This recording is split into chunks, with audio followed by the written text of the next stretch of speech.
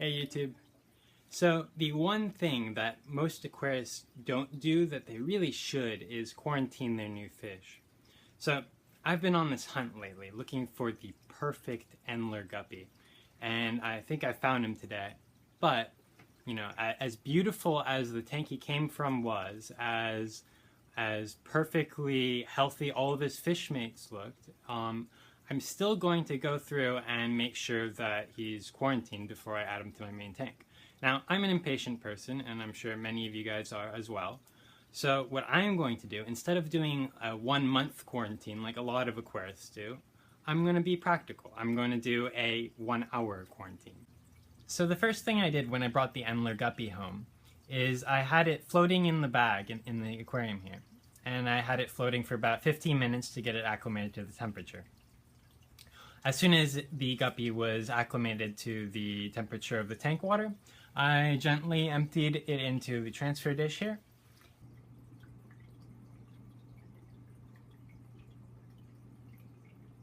You can't always tell that a fish has a disease until after it's been in your tank for at least a few weeks or sometimes even a month.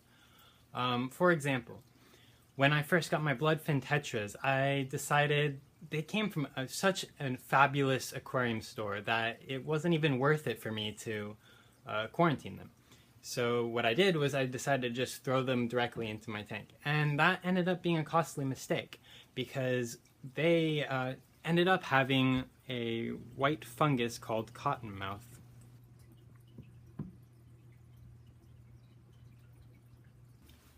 So no tank is smooth sailing, but cutting corners really can cost you in the end. And my biggest mistake with this aquarium was adding in my bloodfin tetras without quarantining them first. Because I didn't quarantine them, they all, or at least half of them, are infected with this mouth fungus called cottonmouth. And it's not particularly deadly, but it is parasitic. It will absorb the nutrition that the fish are supposed to get, and it is contagious and unsightly. So because of all of those factors, I really regret not quarantining the bloodfin tetras when I could have easily done it. There are many quarantine medicines that work.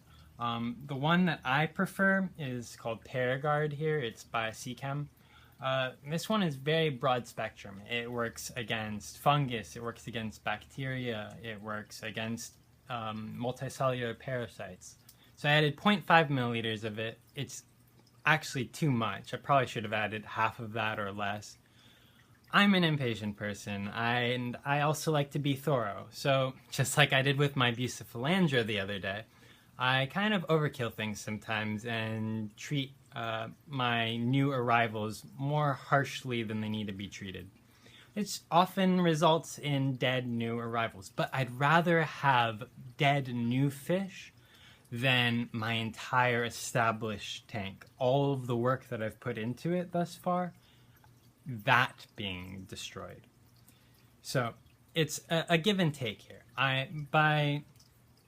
By adding the Paragard a little too high of a dose to my Endler here, I mean, first of all, Endlers are very hardy fish, so the chances of him dying from that are slim to none. Secondly, by overdosing him with Paragard, I am ensuring that 90% chance that most of, or any potential parasites or bacteria or fungus that he's harboring are completely wiped out. And that means that my fish in my main tank here won't be exposed to the illness, and I won't have things like the cottonmouth that my bloodfin tetras have spreading between all of the fish in the tank. Now this part is extreme overkill for a guppy, but it's just good practice to have. You know, valuable for everything from saltwater fish to sensitive freshwater fish to shrimp. It really is a surefire way to smoothly transfer a fish to a new environment. So what I'm doing as I'm talking to you, now I have several different methods of doing this. Sometimes I'll take a scoop of water from the main tank. And then other times I've experimented with some other interesting methods. For example, I've taken a water bottle, I've put a little pin, like a push pin, through the bottom of it, and I filled the water bottle with tank water and just set it on top up here and let the bottle drip into the transfer bucket. And I'll actually show you that in a minute, just so you have an idea. It's more than just temperature that you're trying to acclimate your fish to. You're also trying to acclimate them to the levels of nitrogen, to the levels of carbon dioxide, of the hardness of the water, of the pH. There are so many different factors involved in a transfer being successful. So what I'm going to do is take this bottle of water, or this empty water bottle right here.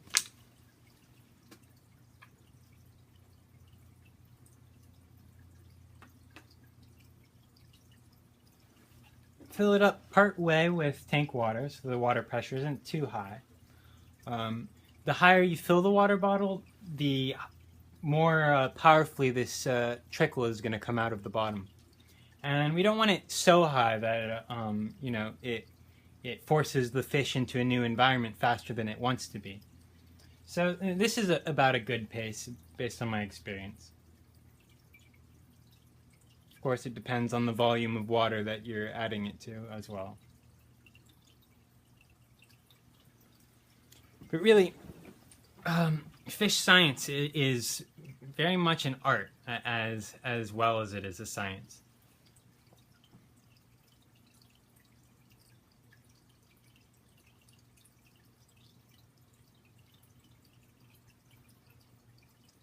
I mean, who has the time to spend, you know, hours and thousands of dollars on research on, you know, what's the perfect amount of trickle coming out of your water bottle into your little transfer bucket, and for each fish and for each volume of water that's in the bucket already.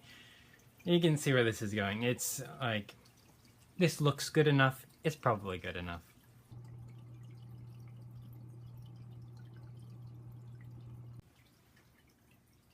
So there are about 5 minutes left in my quarantine here. So what I'm going to do is I've got my net prepared, and I'm going to scoop up the endler and put them in the main tank. I don't want to take any of the tank water, even though it's been quarantined. I don't want to take any of the tank water from the fish store and put it into my main tank for obvious reasons. So I'm going to net him into my main tank. If I were really paranoid, I could first net him into a second transferred container, and then from there into my main tank. Sometimes I'll do that if there's like a lot of blackbeard algae or something in the tank I got him from. Just something in there that I really don't want in my main tank. So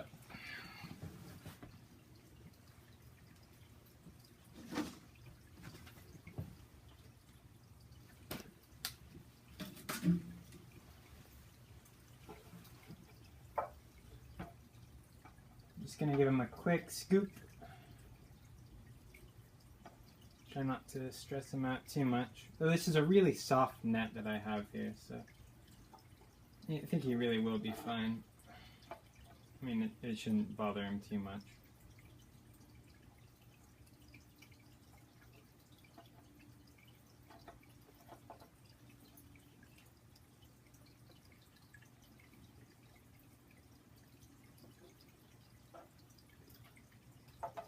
Alright, and he's in.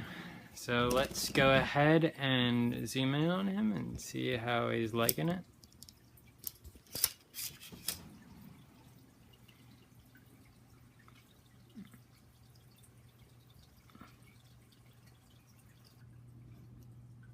So, how is often the case with guppies, they are not shy fish, and nobody's picking on him.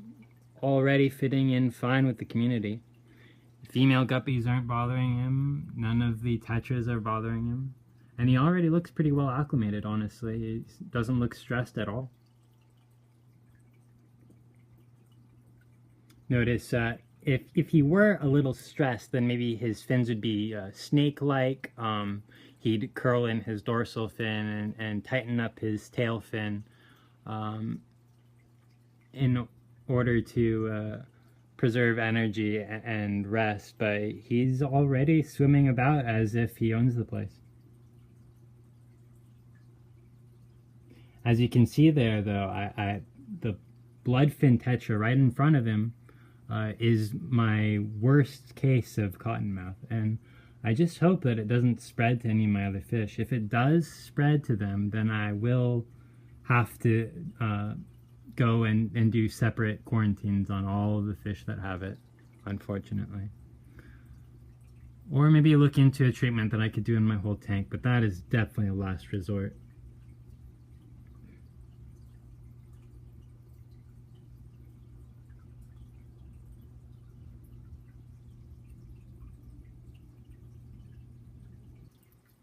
So one thing I forgot to mention is that I also added stress coat to the transfer container with the guppy. The evidence for the benefits of stress coat are slim, but it's there and I use it anyway, because certainly it doesn't hurt. And as you can see, this guppy has been very successfully acclimated, so, you know, something's working. The only way to really tell which variable is the one that, or which variables are necessary and which ones aren't, is to eliminate one variable at a time. So, you know, have a bunch of separate guppies, new guppies introduced to the tank, and do something different for each one, and then see which difference is making them more stressed out.